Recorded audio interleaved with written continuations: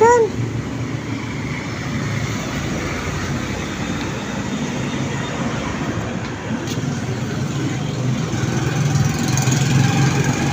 Nalaglag ka, baby.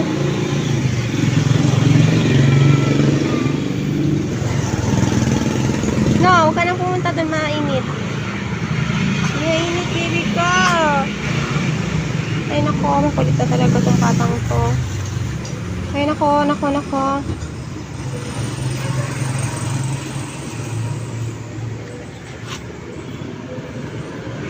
Dito po muna kami habang hinihintay ang kanyang daddy.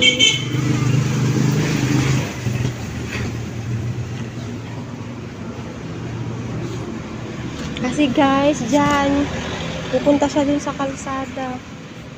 Ayan, nilagay ko siya dyan.